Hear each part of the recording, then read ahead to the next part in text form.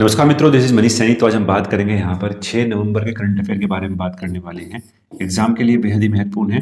You can also join us on Telegram पर जो हमारा चैनल है वो अभ्यास एकेडमी के नाम से ही है। इसका लिंक आपको नीचे मिल जाएगा, आप वहां से भी हमको ज्वाइन कर सकते हैं।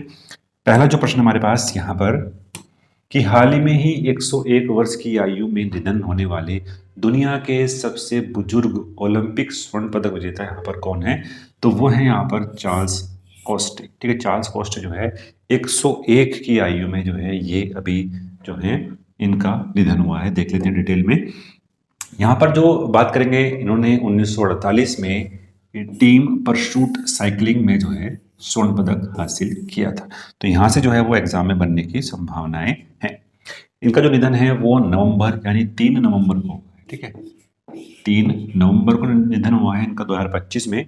और इनकी जो उल्लेखनीय उपलब्धि है कि इन्होंने 1949 में फास्तो कॉपी को हराया था। ठीक है, विशेषता क्या है? और विश्व कप के सबसे उम्रदराज जो जीवित ओलंपिक स्वर्ण पदक विजेता हैं रहे हैं।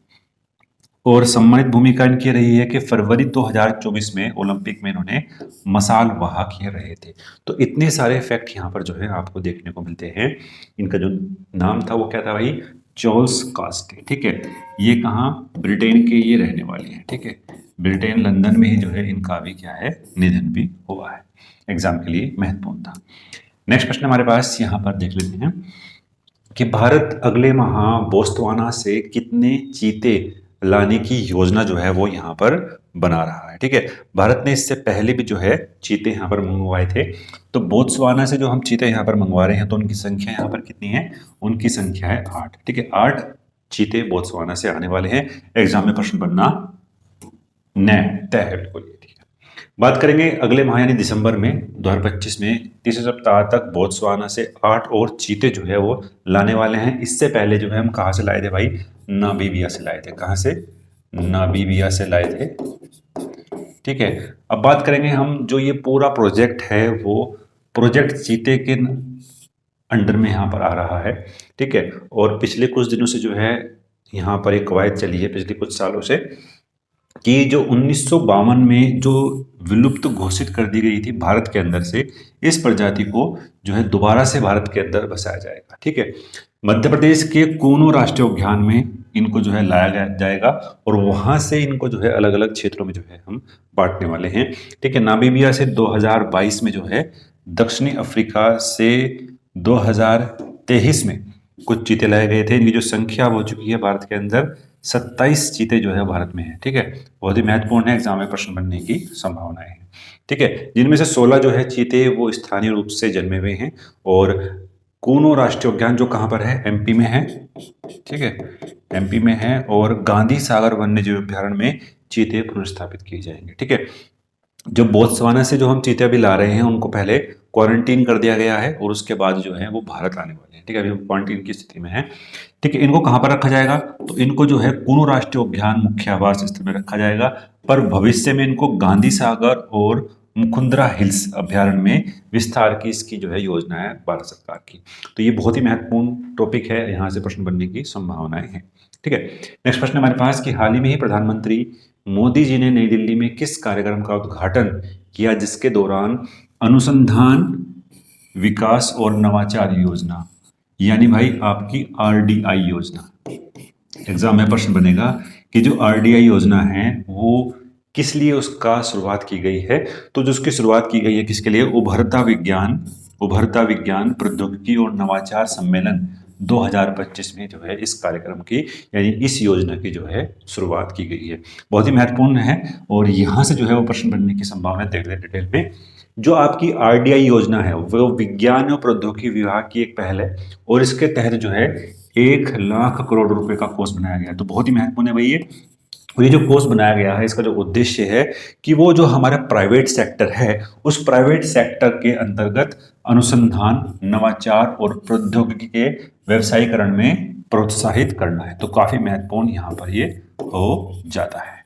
ठीक है, उद्देश्य क्या है इसका? तो उद्देश्य है कि भाई निजी क्षेत्र को अनुसंधान और नवाचार में निवेश बढ़ाने हेतु दीर्घकालिक वित्त पोषण और पुनर्वित्त पोषण कम और शून्य ब्याज दर पर उपलब्ध कराया जाएगा। ठीक है, ये जो आपके पास 1 लाख करोड़ रुपए का फंड यहाँ पर जुटाया गया है, ये उनको प्रोवाइड किया जाएगा जो निजी भागीदारी में आपके पास नवाचार, प्रौद्योगिकी और अनुसंधान के लिए कार्य कर रहे हैं। उनको जो है शून्य ब्याज दर पर ये वहां से जो है पैसा मिलने वाला है। मुख्य लक्ष्य क्या है? मुख्य लक्ष्य यहाँ पर वही है कि जो उभरते हुए क्षेत्र हैं, रणनीतिक उद्योग हैं और आर्थिक सुरक्षा और आत्मनिर्भरता के लिए आवश्यक क्षेत्रों को यहाँ पर सहयोग दिया जाएगा। तो काफी महत्वपूर्ण था।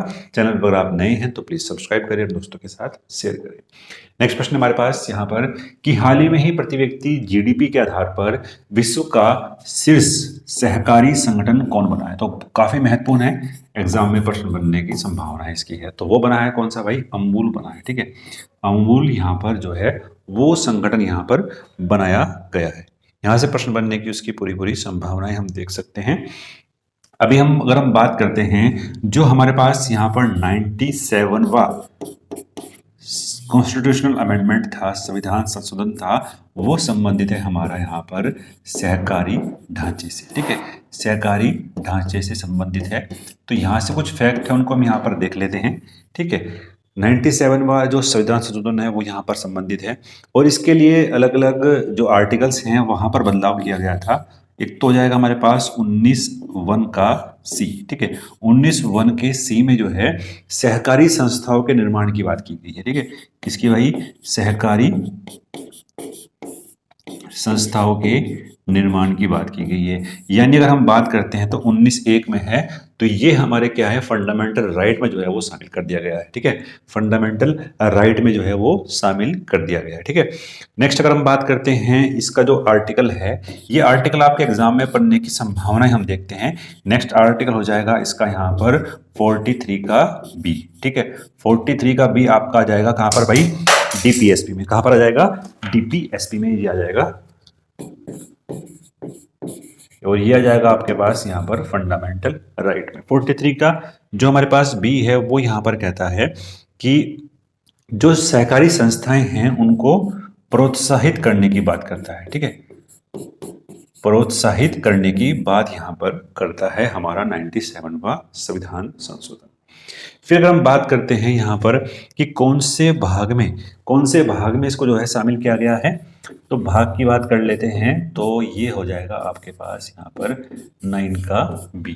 ठीक है, यह 9 का बी जो है ये हो जाएगा और 243 ये हो जाएगा यहाँ पर आपके पास। अगर हम आर्टिकल की बात करते हैं 243 ZH से ये हो जाएगा आपका 243 ZT तक।